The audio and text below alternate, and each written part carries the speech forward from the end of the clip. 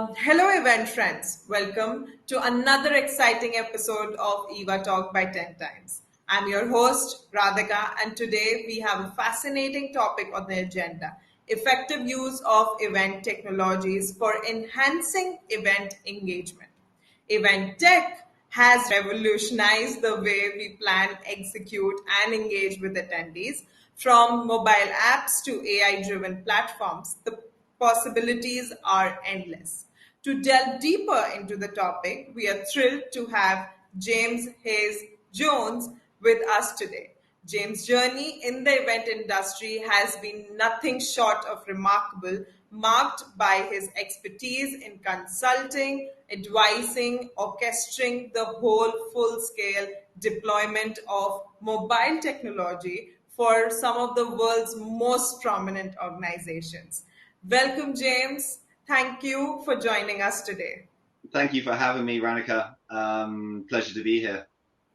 That's great. So, James, before we start with, my questions, I would really like to know something more about you. Would you like to, give a brief introduction? Yeah, fun. I'm not always one to always talk about myself, but given the topic of the nature, I've been in the event tech industry now for a good 11 years. It started back in 2012, 2013. And at this time, I would say about 95 and 98% of the event industry was still printed programs. So I was really at the start of the transition from printed programs into event technology, and it was really very much a boom at that time. During that time, you had Blackberries, you had Windows, you had Android, you had web access apps, you had native apps, you had keypads at events, you had printed programs, and you had the whole transition. So I've been behind some of the largest event tech startups that are now some of the largest event tech organizations in the world, and been behind two good and great event tech startups, and of course been behind a good 15,000 project. So it's been quite the journey, and of course, and with COVID, there's of course quite an additional layer to it since then as well. Yeah, I would say that was remarkable as I started with, and thank you for introducing yourself. So, James, with this, what are some of the key benefits of incorporating event technologies into planning and execution of events, particularly in terms of attendee engagement? Yeah, so I think, this is a great topic and many great questions. And in reality, look, go back 10, 12 years ago when you didn't really have event tech at 98% of the events. You had printed programs, you had keypads, you had a whole load of different disjointed add-ons to an event. And also the communication to the attendees was also quite a disruptive and also a painful journey to make sure that you are keeping them up to date. So in short, some of the best things really with an event app is the agenda, is logistical information, is notifications, is that general information at an event and making sure that's up to date all the time. But then at the same time, that then gives you the ability to build upon these things, such as the interactions, such as the gamification, the live polling, the Q&A, creating two-way engagements, influencing behavior. So when you kind of bring that all into an app and then your attendees have that quick mobile, and again, when you're an attendee at an event, it is about being quick, it's about being mobile, it's about interacting with sessions, it's about interacting with attendees. So you don't really want to be lugging around big pieces of paper, your computer. It's about being quick and mobile. So actually having access to that information and it being up to date live time with the interactions. And when you do it right and it's a successful delivery, when you take that app away from the event, it's quite hard to actually imagine not having it there, and then all the additional layers of complexities without having it. So really, one of the smallest focus and easiest focuses in the first parts really is the logistical information, the agenda, the personalized information. And the more you personalize the information, the more the attendee will use the app. Especially in today's world, what you don't want your attendees to be doing is scrolling through information, finding information, because that becomes an irritation point. And irritation points are also drop-off points, which probably become more evident during COVID. So any point there's an irritation point, it actually creates a drop-off point. And when you have a drop-off point, it also lowers the impact of the community and the effect when you are doing interactions such as polling, such as gamification. So the more personalized the information, actually the more use your attendees will be using these apps as well. Thank you. Thank you for explaining the same in a more wide way. So, what are some common challenges or pitfalls that event organizers may encounter when implementing event tech, and how can how can they be overcome?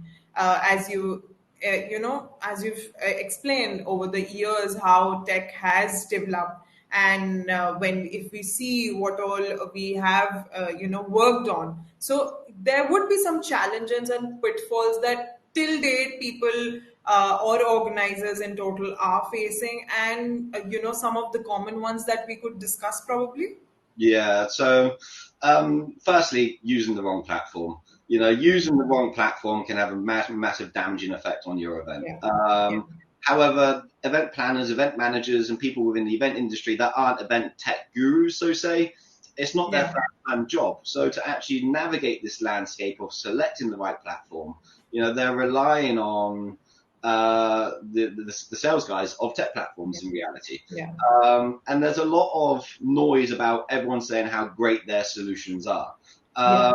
So spending more time on actually procuring and finding the right platform, but then also maybe attending an event where that platform is being used before you enroll it. So you can actually Yeah. see firsthand experience. You can actually, because a lot of the learnings come post-event when you've used the platform and it's Yeah. like, oh, this didn't work, or that didn't work that well, or this was really great. And actually you're learning along the way.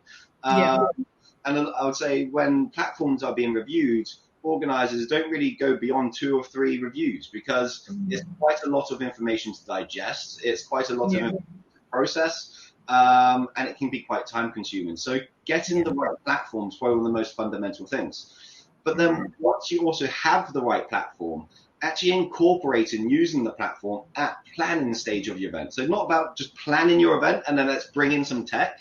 Actually plan tech around the event at the planning stage. So whilst Yeah. you're planning for the event, you're thinking about the sessions, you're thinking about the sponsors, you're thinking about the exhibitors, you're thinking about the attendees, and you're also actively aware of how your platform works. So then you're actually building around your delegate touch points, and you're actually using technology to enhance an experience rather than just adding to, fill in the gap. Here's your digital agenda. Here's an app. Download it, because they need to go in at planning stage and not after that. Yeah. Not incorporating the full abilities of a platform. So clients get excited about using tech, using the platform, but then they may actually then not use the full capabilities of the platform. Yes. So Very true. then, Very true. yeah, so they end up start stripping out actually the Yeah. good parts, Yeah. because But they're not able to make best use of it because probably they're not wanting to use those features. They're not collaborating with it. Maybe their purpose is not met. That is also one thing that Yeah, is. exactly. And they also get a little bit scared. So they get excited, Yes. but then they get True. scared. True. They're worried. So Yeah. that then also leads on to actually embracing what the tech providers or the consultants or the people that are, the specialists in this, embracing their advice and their consultancy. Yeah. With a little bit more open arms rather than being, yes, this is really great, and now I'm a little bit scared. Yeah. Because there's a huge amount of experience we have in the background that generally wouldn't be recommended unless there's actual real experience or real examples behind it where it does add value. Yeah, very true, very true. So finding the platform and of course, trying to use most of its features is definitely one thing we can. And anything that you would add apart from the platform that could also be a pitfall or like something that people don't know how to overcome. Yeah, so I'll say, more platforms would be housekeeping, prompts. So when you actually bring in engagements or you bring in interaction, so live polling, for example, a client wants to do live polling. You've got a session with great speaker, great topics, great engagements going ahead. The live poll comes up on stage. The speaker then reads out the poll and then expects to see results. But they didn't give time for the attendees to get their devices out, and now the results are up on screen, and everything goes too fast. So actually creating housekeeping slides where the speaker's on stage, gets to the poll, and there's a slide that says, right, we're now going to do a poll, grab your mobile phones. Yes. So then the speaker then tells the attendees, get your phones, reads the question out. This buys 30 seconds. So the attendees got the phone, the question's being engaged, they're now responding, and now you got results, and now the speaker can give the results. So I'd say really, slow down the rush and actually incorporate a bit more plan and a bit more time. Little things like notifications. It's really nice to have notifications at an event. So you pre-plan a whole load. But we all know events generally may overrun, a session may overrun, and now dislodges your pre-planned stuff. So probably be a bit more flexible. And then at the same time, personalization. So I would say when apps are delivered, the ability to actually personalize content around attendees isn't used enough.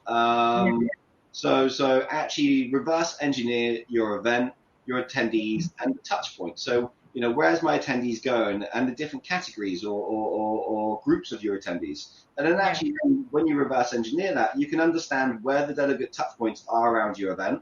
And those delegate touch points is where you can then actually personalize the app and the content to provide more fruitful information and engagements and interactions with your attendees without them having to find it or look for it.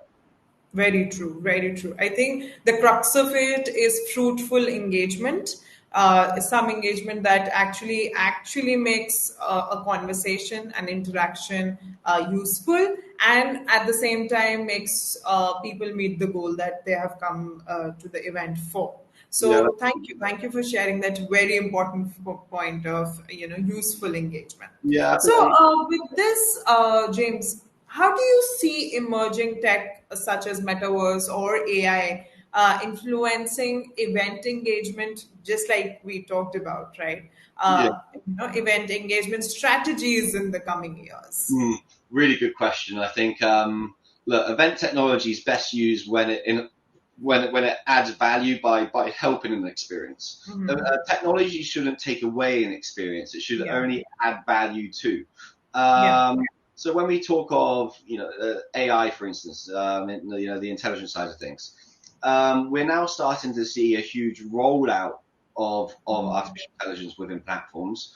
We see a lot really kind of just doing it for the sake of it and the buzzword. Platforms that are doing it right again. So what are the pitfalls, or going back a step, what are the pitfalls or the pains when you roll out event tech? Building out event tech, you've got loads of exhibitors, sponsors, speakers, but they don't always submit you the content. So they may not always give you their speaker bio. They might not always give you the exhibitor profile. So then actually finding this all information can be time consuming, or in instances, there's a lot of apps out there that just don't have the bio or they don't have the information. So it makes the app less fruitful and meaningful because there isn't much content in there. So we're now starting to see platforms use AI where if you've got a missing speaker bio, the platform can go get the speaker bio and drop it in there or the exhibitors. So we're using AI to actually fill in the missing gaps to make sure that your apps are fruitful with content is actually a really, really cool way of use of platform. There's been this idea for the past 10 years that networking is using AI. So there's so many platforms out there that say they use AI, artificial intelligence, to create networking. In reality, it's not. They are using match-based making, and tags come together, and they, people with the same tag can be matched together. That's not really AI. AI should be used to actually, again, personalize and quick access to your attendees. So when you go to an event, around 80% of attendee questions are all the same. Where's the toilets? Where's the lunch? What do I do? And you tend to deliver the same response. So actually having access to, I would say, the 80% of the questions at your fingertips, where your attendees can just have quick information, is also useful. I wouldn't actually use AI above and beyond that. I mean, AI can be used for post-event, giving you a snapshot of the event and what you like. And, the same way as we use note takers. You could be going into a meeting with attendees and actually turn on your note taker when you're in that meeting and then get that. Using AI to add value is a great use case, but it shouldn't be over-engineered where it takes away the event, the interactions, the engagements. It should be used to add value. And so that's my thoughts on AI. What do you think?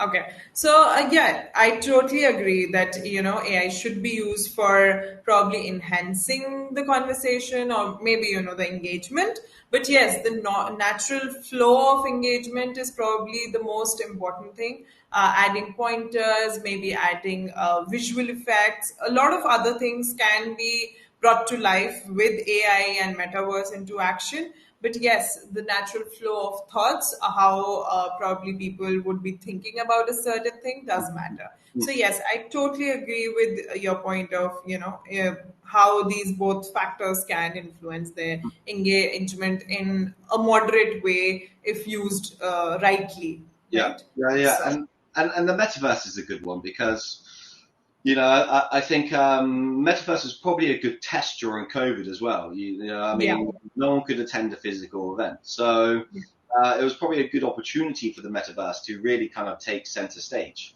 yeah, However, as there's really great value adds to an immersive experience where people may not be able to travel, may be disabled, or many reasons why actually they are not attending. able to join the conference. Yeah, Exactly. But then also going back to irritation points. Where there are irritation points, you get drop-offs. So, having to use your keyboard or maybe motion sickness or, all these different things that actually can create a drop-off. And when you have a drop-off, let's say you've got 1,000 attendees, um, 300 of them are now left because the platform and the experience has annoyed them. yeah, You've yeah, now got 300 less people you can interact with. You've now got 300 less people that are joining in polls or asking questions. You've got 300, you've got 30% less community, which makes yeah, the whole experience less meaningful.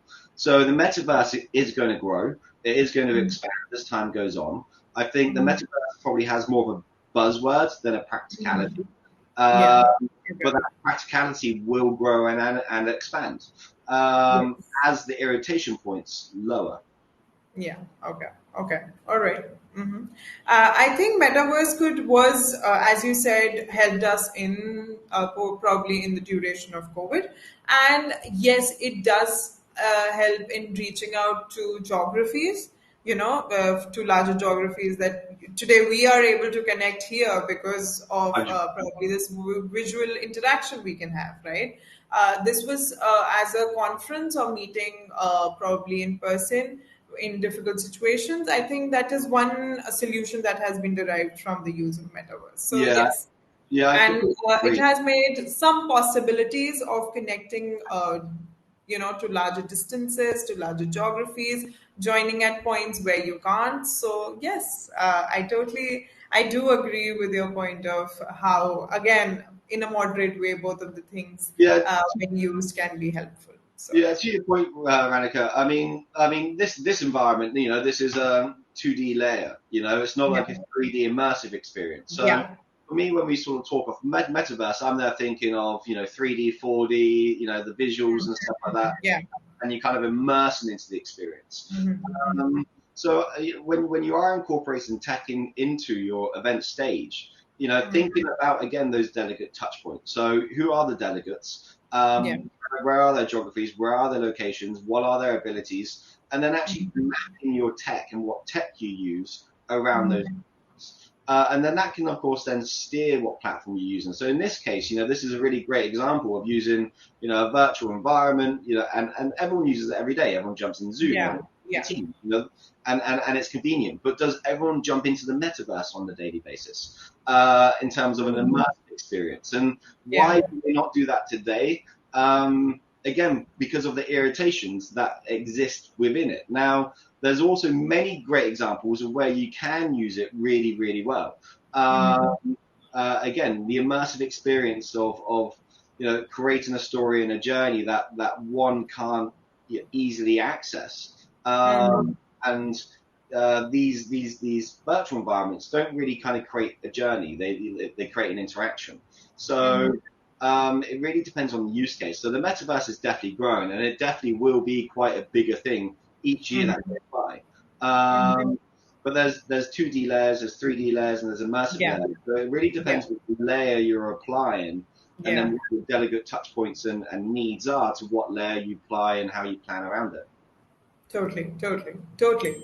Yes, of course, James. This is something we I think we agree on. And yes, thank you for sharing your thoughts in it. So, with this, what is the impact of probably gamification techniques and interactive content powered by event tech on attendee participation, knowledge retention, and overall event engagement metrics? Just like you talked about metaverse and how it could, the different layers could help in, the event engagement. So, do you think that the impact of gamification techniques and interactive content for event tech participation can be enhanced and the knowledge base that we have? Yeah, 100%. I think this is probably one of the most important features of an event tech platform or a platform that you use. So over the past 10 years, I've been behind a good 15,000 event tech projects, and as you say, boots on the ground to the build, to the delivery, to consultancy. Out of those projects, around 80% of them have used gamification. Now, gamification is a great way to influence behavior, and that's the Okay. fundamental reason you use gamification. There's a huge stigma, and it's quite weird, really, because this stigma just hasn't disappeared in all my time in this industry. When you use the word gamification, there's this thought, we don't really want to gamify our event. We don't really want to, bring games into our event. Our event is about, the topic, about the subject, about the attendees. It's not a gimmick. Gamification, just because it's titled gamification, not a gimmick. Gamification allows you to influence behavior, and that's the fundamental part to it. For instance, if you've got networking, one of the barriers with attendees when you go to an event is, I would say, the nervousness of an attendee, or the attendee doesn't potentially know what question to ask another person. There's 10 people over here. How do I go up to them? What do I say? What do I do? How do I introduce myself? What do we talk about? And all these whats that actually create a missed opportunity of interaction. So if networking is an important part, for example, we worked with a pharmaceutical company where they just bought another company. So there were 600 attendees, and they wanted to bring all the attendees together to network. So what we did is, on the back of every attendee's badge, we created a question. Now, when you would go up to that attendee, the attendee would ask that question, and then we created gamification around it. Now, the attendee with the most points won the best networker award. Now, by having a question on the back or a code on the back, we can't control the conversation, but we can stimulate the interaction to take place. We can break down the barrier of the attendee worrying, what do I ask? It could be, what's your favorite color? Do you like animals? What's your favorite food? It doesn't really matter, but it just automatically breaks down the barrier of actually creating an interaction. Yeah, actually, that's quite interesting. Yeah. And that's really where gamification should be used. It should be used to influence behavior that actually, again, a bit like AI, enhances an experience. So that's where the tech's being most used and valued. Again, sponsors, for instance, you might have a platinum sponsor that's paid 50 grand to sponsor the app, and you want more footfall. So you could, of course, create a challenge where you got to go visit the sponsor, but rather than being boring and just scanning, and interact with the sponsor, you might want to do 10 star jumps and upload a selfie and actually create a bit of fun around it. That's a little bit abnormal, but again, sound barriers that creates an interaction. So that's really great ways to use gamification. In terms of polling and Q&A and interactions, again, every 50, I would say attendees generally we all have short attention spans. So even if you've had, five sessions, an hour long, they're absolutely amazing. You've got some of the best keynotes in the world. At the end of it, it's kind of gone through one ear, out the other, lot of segment, and also you're tired. So regardless of how great it can be, at the end of the day, you can't wait to leave. So by breaking up a session every 15 minutes, whether that's a Q&A, whether that's a poll, whether that's a word cloud, what do you think today in one word? And then, have the word cloud up on stage. It allows the speaker to interact in a more human and a broad way than you might do polls. But break up your sessions every 15 minutes with a question, with a poll, with a two-way engagement. And by creating two-way engagements, it allows the attendees to digest, to learn, to understand, to interact, and it creates a meaningful experience. And that's probably the most important part there, creating a meaningful experience in that session. Truly, I truly agree. This was really interesting, and yes, I agree that the manner you explained that how the barriers could be broken, how natural flow of conversations can start, and yes, people do hesitate now, and post COVID, I think the hesitation has increased. And I think the physical interactions and helping the whole flow of events through these trends, I would say, is Mhm. really helping. And yes, it does help in attendee engagement. So thank you for sharing that again. There's So yeah, So yes, I was going to say, just before you jump on, there's also a pitfall in that, though. So going back to the pitfalls, using it too much, so polls, so polls, for instance, clients can get trigger happy with polls. So it's like, yeah, great, you've got polls, and now you've yeah, got 10 polls in one session, then you've got the next session with another 10 polls, and they just use it for the sake of it. So a yeah, pitfall, actually going back to the pitfalls, is using features for the sake of it and overusing them creates an irritation point and a drop-off point where actually it frustrates your attendees, where the engagement then starts dropping as well. So don't overuse a feature. Use a feature that's yes. relevant. I think the crux of our conversation today is using all the trends and tech that is in trend should be in a moderate way that the natural flow of 100%. conversation doesn't break. Yeah. So yes, I think that would be one of the learnings we have from our conversation today Mm. for our audience to probably to think about. Yeah. So 100%. while we end our chat, I have a final question for you. So, what advice would you give to event planners or organizations looking to adopt new event tech to improve event engagement, attendee engagement, but are unsure where to start from? Where, just like the point you said, that people are scared. They may find the right platform. They may find the right platform where they want to do things, but yes, they're scared to use the all the features, I would say, Yeah. and make the best use of it. So any suggestions, advice that you would like to provide to you to the event planners? Yeah. So again, I mean, given the fact where I started my journey at the start of this industry when 95% of the world was printed programs, I think Yeah. out of the 15,000 projects, they all started off with never Mhm. used an event tech before. Yeah. So I would say one of the things is your attendees have a phone. Your attendees use computers. They send they send emails. They most likely at least have LinkedIn, Instagram, Facebook. They probably have one of the social media platforms that exist in their life, regardless of their age. Go back 10 years ago, I worked with and still work with many people within the pharmaceutical industry where they're doctors or and their age demographics are 50s, 60s, 70s, and even 80s and beyond. There is not an age demographic Yeah. that is too old to be using tech. So I'd Yeah. say, don't think that your attendees have the inability or the know-how how to use an easy-to-use platform. So I would say don't undervalue your attendees. Actually value them and actually think about that and add value to them. Yeah. In terms of not being worried as well. And I also, there's a level of arrogance, I would say, when it comes to planning at times where, again, it goes back to, my attendees won't like this, they won't like this. Have you tried it? No. Well, so how do you know if you haven't tried it? Yeah.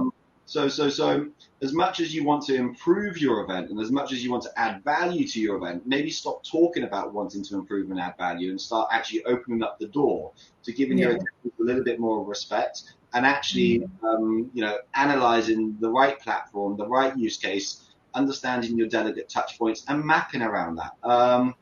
In terms of increasing adoption and increasing value, before you launch an app, there's actually a biting point of when you get the most downloads and the most access at once. And that biting point is probably the most valuable points that you can do. So you get early birds, which means your event's a year away. And probably 10% of your attendees are early birds. They're already emailing you, what's the agenda? When I'm booking my flights, where do I get my hotel? The event's a year away. You don't even need to know right now. And then you get the sort of late boomers where people don't really care until a couple of weeks away. Me, for instance, I just go to the airport maybe an hour before my flight. I jump on the plane, I go off my plane, and then I look at where my hotel is. So I don't even look at my hotel until I'm in another country. But there's a biting point. Generally, 2 to 3 weeks before your event, around 80% of your attendees are now anxious to know what's going on, what's the agenda, where am I going, who's going, and at that point is when you launch an app. Because when you launch an app at that point, you get 80% of people flood in, which means the activity's got content, the activity feed's got content. Your attendees are interacting with each other. When you send someone a message, they most likely logged in, so they get the message. So it actually creates a biting point where the interactions and the responses are also higher, where it makes a more meaningful space again. But then on the back of that, you then create a countdown. So your event's 2 weeks away. On day 14, an announcement from the CEO, a video. A video goes a long way, not just text. A video that sets the scene and builds some energy. On day 13, another notification goes out. Bring your dancing shoes. We've got a party. On day 12, wherever you are in the world right now, upload a selfie. So there's an opportunity to be human with your attendees. Actually, it allows them to open up themselves and onboard them into the experience, which then also helps digest content and also increases engagement. So, I'd say just for people looking to get into event tech's not also new. And probably to end on this, I think the funny thing is post-COVID, there's been a whole new re-education of what was before COVID. There was 10 years, 15 years of event tech before COVID. COVID come along, and everyone sort of jumped into this, and they completely forgot about event apps. They completely forgot about what happened at events before COVID. So there is a huge amount of experience and knowledge and platforms out there that are built for events pre-COVID that can add a huge amount of value to your events now post-COVID. Truly.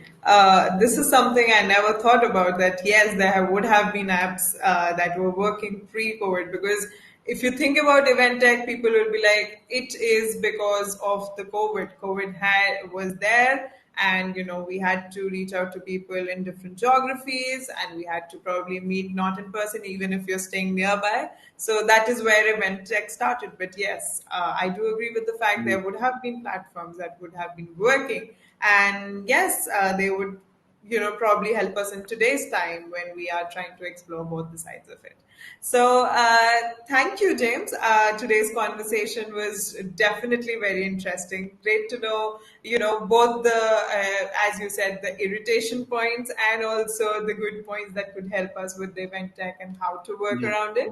So thank you so much, James, for sharing your insights and expertise with us today. It's been actually a real pleasure to have you on the show. And any final words, James? Ranika, I'd just like to say thank you as well. I mean, it's been a pleasure. Very much enjoyed the topic, the questions, and very much enjoyed engaging with yourself as well. So, look, thank you for having me here today. And I can talk forever, so best maybe you probably don't ask any more questions. So, yeah. No, it's definitely, we'll have another podcast to discuss further on the same, because now probably we can talk about the gen that was before COVID, right? So thank you again. Thank you for sharing your insights. And thank you to our listeners for tuning in to episode of Eva Talk by 10 Time. Stay tuned for more insights and discussions on the latest trends in the event industry. Until next time, keep engaging and innovating. Thank you.